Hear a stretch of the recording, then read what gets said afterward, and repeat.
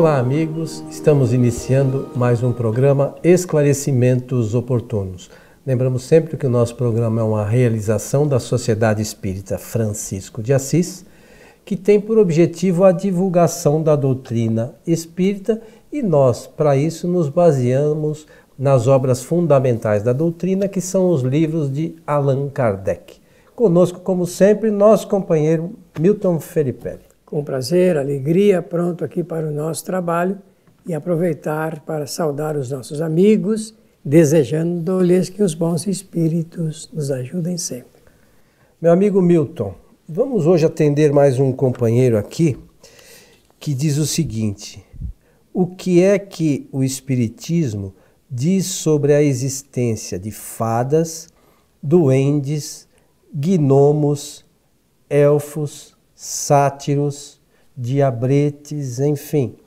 O que o Espiritismo tem a dizer sobre estes seres? Para chegar até o ponto do que diz a doutrina, lembrar que na história da humanidade existe um momento em que começam a aparecer as famosas mitologias em todos os países, né? E as mitologias referem-se também ou criam a figura desses seres. Allan Kardec examinou essa questão, esse assunto, fez perguntas aos espíritos superiores e recebeu em devolução respostas muito oportunas. Para compreender o que os espíritos disseram a Allan Kardec, nós precisamos também, ao estudar o Espiritismo, compreender tudo a respeito da hierarquia espiritual, desde o mais ínfimo ser até o superior. Então, para isto, lembrar que são 3 perguntas e respostas do Livro dos Espíritos que atendem esta necessidade à saciedade de todos. As perguntas número 100, número 101, 102 e 103. Eu falei 3, mas são 4 na verdade.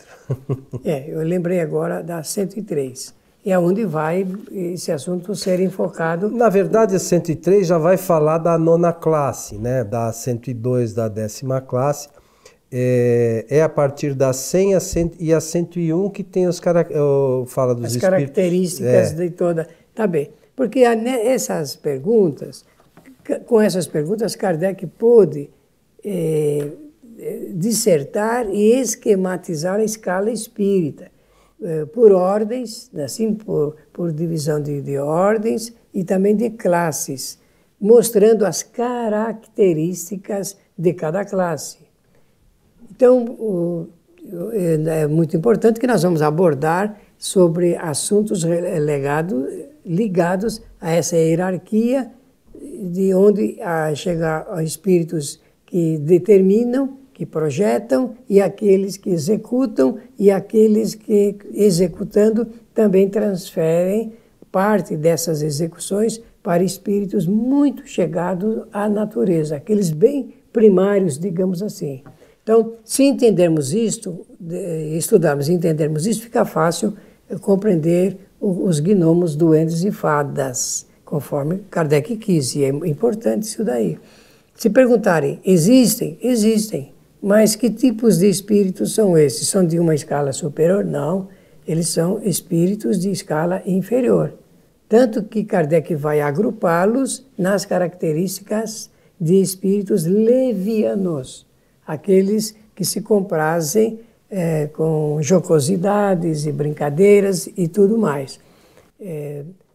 Como eu falei da mitologia, lembrar-se que existem as ideias mitológicas de que esses espíritos cumprem tarefas junto à natureza, florestas e assim por diante, as águas e tudo mais. Eles são bem ligados aos fenômenos naturais.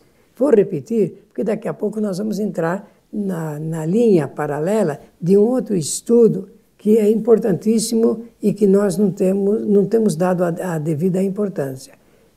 Ligados à natureza, ligados às funções naturais, esses espíritos. Gnomos existem sim. Tanto que Kardec, ao examinar essa questão, ele chega ao ponto de descobrir, eu vou usar essa expressão para ficar bem leve aqui o nosso estudo, ele chega ao ponto de descobrir que eles têm facilidade de aparecer e desaparecer, de se mostrar e se esconder, de materializar-se e desmaterializar-se com muita facilidade. E eu me lembro bem, em vários livros de histórias e também de depoimentos de pessoas, dizem que viram nas florestas, em campos abertos e tudo mais, aparecerem figurinhas, né, pequenininhas e desaparecem rapidamente. Então a pessoa fica com muita dúvida, não sabe da existência. Quem não conhece a mecânica espiritual fica realmente sem saber o que está acontecendo. E se assustam com isso, muitas das vezes se assustam com isso. Mas você mencionou, na verdade são 3 grupos principais de espíritos. 3 né? ordens. 3 ordens, os imperfeitos, os bons e os superiores. E 10 classes. 10 classes no total. Os duendes fazem parte, esses todos citados aqui, fazem parte dos espíritos imperfeitos. Na verdade, pelo que está aqui, é a 9ª classe. Que é a classe lá embaixo. E ainda tem a 10ª classe, que são os espíritos impuros. Esses, como você mencionou, são os espíritos levianos. Levianos. Que se comprazem com leviandades, com brincadeiras, jocosidades. Querem fazer, estão sempre brincando com as coisas. Sempre brincando. Escondendo coisas. Por exemplo, nos filmes e nas histórias de Walt Disney, aparecem lá aquelas figuras do sininho, das fadas, não é? Não tem? Então, essa é uma representação figurada e pela plástica do cinema desses espíritos. Não, mas aqui, pelo que Kardec mostra, são espíritos ainda da ordem dos imperfeitos. Então, eles não podem fazer aquilo que a gente às vezes vê como mágica. Não existe. Essas coisas não existem e até, de uma certa forma, precisa ficar claro para as pessoas não imaginarem que aquilo é de verdade. Não. A coisa é mais séria, né? É mais séria, sim. E é importante dizer isto, porque também o Espiritismo, lá, se não me falha a memória, na questão 536 em diante, Kardec vai investigar sobre a ação dos espíritos junto aos fenômenos da natureza e também vai descobrir, né, que existem espíritos que executam os fenômenos naturais que são idealizados, projetados por espíritos superiores, conhecedores. Eu vou usar uma expressão, engenheiros dessas leis naturais. Quando chove, nós não imaginamos nunca que a chuva é produzida pela ação de espíritos desse tipo junto aos fenômenos naturais.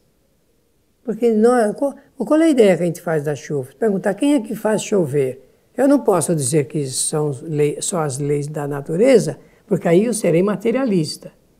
Também não posso dizer que é só Deus, porque Deus não vai se preocupar com uma chuva aqui na Terra quando tem o universo todo para se preocupar. Eu estou só fazendo uma dialética do pensamento. Agora, o Espiritismo explica que todo e qualquer fenômeno da natureza tem neles a ação direta de espíritos executores e espíritos idealizadores. Interessante, hein, Milton? Sim, senhor, porque é por esse meio que a gente fica sabendo quando uma pessoa... Você já viu uma senhora do interior, agora não sei se tanto, mas antigamente, que era capaz de fazer uma simpatia para chover? E chovia. Fazia a simpatia para parar de chover e parava. Mas como é que ela pode fazer isso? Que mecanismo é esse? A gente não percebe que ela é uma cientista da natureza. Ela se relaciona, obviamente, naquilo que ela acredita, pelo meio que ela acredita, se relaciona com os espíritos que dirigem esses fenômenos. Sem saber, muitas vezes. Eu acho que na maioria não sabem inconsciente. mesmo. Elas produzem... Eu não sei explicar isto, porque hoje eu sei que ela é uma senhorinha simples, dona de casa, né? Mas em outras encarnações eu não sei. Então é preciso tomar cuidado para não pré-julgar. O que eu sei é que ela é uma cientista da natureza, que nem o pajé, que fez chover há 25 anos atrás aqui no Brasil, num estado brasileiro, em que até a NASA tinha sido convidada, e gastaram um bom dinheiro para isso, né? Tinha sido convidada para bombardear as nuvens e fazer chover num lugar que estava sob o efeito de uma, como é que chama o tempo de estiagem? De estiagem muito prolongada. E nenhum cientista, ninguém conseguiu. Aí alguém se lembrou de convidar o pajé, ele fez lá, segundo o seu procedimento indígena, essa ligação com os espíritos produtores dos fenômenos naturais, e ele conseguiu fazer chover, no lugar onde não chovia. Então nós precisamos tomar cuidado e ver isso com muita seriedade, não com tom de jocosidade, de brincadeira, porque por esse caminho a gente não chega a lugar nenhum. Mas com seriedade nós vamos levantar informações muito preciosas. Então, e você está falando que esses espíritos são os espíritos imperfeitos, eles são utilizados pelos espíritos superiores, numa condição mais elevada, que são os engenheiros, né, conforme você mencionou, de todas essas articulações. Agora, e nós, Milton, então, o que fazem desses espíritos? Só por curiosidade, desses imperfeitos, os bons certeza. E os superiores, não, nós estamos aonde? Nós estamos naqueles que estão se esforçando por entender toda essa mecânica espiritual, se esforçando para melhorar-se, né, pouco a pouco. Nós não somos mais gnomos, nem fadas, nem duendes, e também somos tampouco engenheiros siderais. Nós não somos ainda. Não temos a capacidade de fazer essa gestão, né, da engenharia, de terremotos, maremotos. Nós não temos esse conhecimento, mas estamos aí se esforçando por entender tudo isso conforme os espíritos estão passando para nós. Então, mas e os espíritos bons, neles já há a predominância do bem sobre o mal. Sobre o mal. É isso? Mas, então... E nós já chegamos nisso? Não sei, porque eu penso que em momento de decisão nós somos ainda muito suscetíveis a não pensar exatamente e somente o bem. Nós somos capazes ainda de cometer alguns deslizes, de crimes, porque a pessoa fala, não, eu não cometo crime nenhum, eu não sei se no momento certo, no momento como é que se diz? Na hora H, na hora do testemunho, se nós realmente somos capazes de usar totalmente do bem para se sobrepor ao mal. Porque aqui na classe ainda dos espíritos imperfeitos, além o primeiro foram os impuros que nós mencionamos, os levianos, depois vem os espíritos pseudo-sábios, depois os espíritos neutros, os espíritos batedores e perturbadores. Depois já se entra aí na classe dos espíritos bons. Nós vemos aí, eu acho que nós estamos aqui nessa turma aqui dos espíritos imperfeitos, né, Milton? Somos imperfeitos, moral e intelectualmente. Imperfeitos, é a palavra certinha. Não outro dia eu estava lendo uma questão numa das revistas espíritas aí, porque a gente acha que os espíritos são maus. Não é maus, é que tem falta de conhecimento muitas vezes e acabam procedendo de forma errada, né? Mas na própria classificação, os espíritos superiores colocam como imperfeitos. E essas coisas acabam acontecendo pelas nossas imperfeições ainda de ordem moral, não é isso? Com toda certeza. É isso que acontece. Mas e seguindo aí, meu amigo Agora, Milton? aí nesse item que você leu, como é que Kardec vai colher a resposta sobre os duendes e gnomos? Então vamos lá. Kardec diz o seguinte, é o item 103 do Livro dos Espíritos. São ignorantes, maliciosos, irrefletidos e zombeteiros. Metem-se em tudo e a tudo respondem sem se incomodarem com a verdade. gostam de causar pequenos desgostos e ligeiras alegrias, de intrigar, de induzir maldosamente em erro, por meio de mistificação e de espertezas. A esta classe pertencem os espíritos vulgarmente tratados de duendes, trasgos, gnomos, diabretes. Acham-se sob a dependência de espíritos superiores, como você mencionou, e muitas vezes os empregam como fazemos com os nossos servidores. Em suas comunicações com os homens, a linguagem que se servem é a miúde espirituosa, mas quase sempre sem profundeza de ideias, né? Aproveitam-se das esquisitices e dos ridículos humanos e os apreciam, mordazes e satíricos. Se tomam nomes supostos, é mais por malícia do que por maldade. Então são mais brincalhões, gozadores e tal, né? Interessante que do ponto de vista do estudo psicológico, nós vemos muita gente com essas características. Ainda, né? Se a gente for analisar, tem muito espírito. Jocosos, brincalhões, divertidos, maliciosos, sem uma ligação mais séria com estudo e realidade da vida. Isso não quer dizer que espíritos bons não possam ser alegres também, não, né? Não, ao contrário, o espírito bom é sempre alegre. É sempre alegre. Porque a bondade é alegria, né? Ser bom causa prazer e alegria. Então, o mal é que tem a pessoa sisuda, amargurada, né? Agora, a pessoa boa, ela é muito alegre, vive bem, tem saúde, tem tudo. Bom, Milton, só para a gente esclarecer um pouquinho nessa escala espírita, para aqueles que não conhecem e aqueles que já estão mais próximos do espiritismo, têm um conhecimento um pouco mais profundo, já tem essa noção. Segundo a doutrina espírita, os espíritos superiores, o espírito mais perfeito que esteve aqui na Terra foi Jesus, né? Aproveitando só a escala espírita. Olha, nós estamos falando daquele considerado mais perfeito. Perfeito. Não o que atingiu a perfeição, hein? E qual é a diferença? A diferença é que aquele que atingiu o máximo da perfeição relativa, ele está muito acima desses espíritos mais perfeitos que apareceram na Terra. Essas coisas às vezes a gente tem que... Eu fico pensando, mas dos que estiveram aqui na Terra, Jesus foi o que esteve em melhores condições. E segundo alguns, ainda Jesus é quem cuida de todo o planeta, né? O desenvolvimento do planeta. Mas a gente não pode esquecer que o planeta Terra está no sistema solar.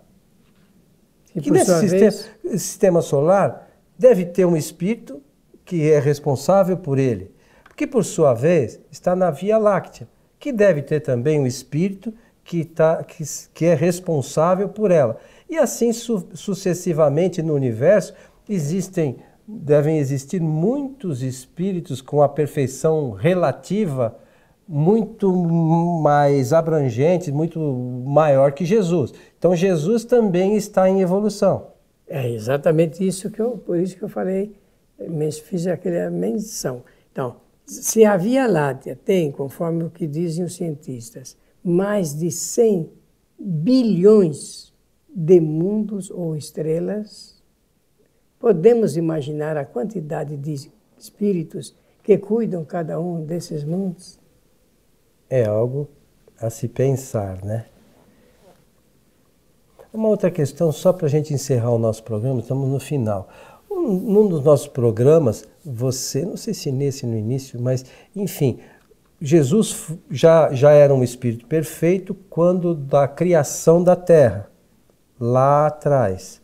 E a Terra vem, vamos dizer, evoluindo, enfim. E vai chegar um momento que a Terra vai se extinguir.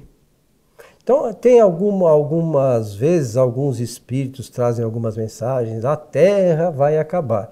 Mas eu estava lendo outro dia, nas obras de Kardec, vai acabar realmente daqui a 4 milhões de anos. segundo os espíritos. Então a pessoa fica com um alarmismo no negócio que deve acontecer daqui a 4 milhões de anos. Cria um certo terrorismo espiritual, sem necessidade, não é? Porque a evolução ela é natural e segue a sucessão de acontecimentos de acordo com o grau de conhecimento dos espíritos. Agora, você fala uma coisa muito interessante. Jesus, quando formou aqui o nosso planeta, juntamente com outros espíritos da sua igualdade, ele estava bem adiantado. Já se passaram 2000 anos. Onde estaria agora o conhecimento dele? Não, Parou? quando formou o planeta, muito mais, né? São 13 bilhões. 13 milhões.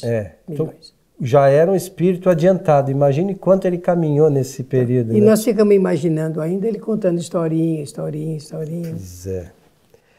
Seu Milton Felipe, estamos chegando ao final de mais um programa Esclarecimentos Oportunos. Só para agradecer a atenção sempre generosa e desejar a todos os nossos amigos que os bons espíritos nos ajudem sempre. A você que esteve conosco, o nosso abraço. Esperamos encontrá-los em nosso próximo programa. Até lá.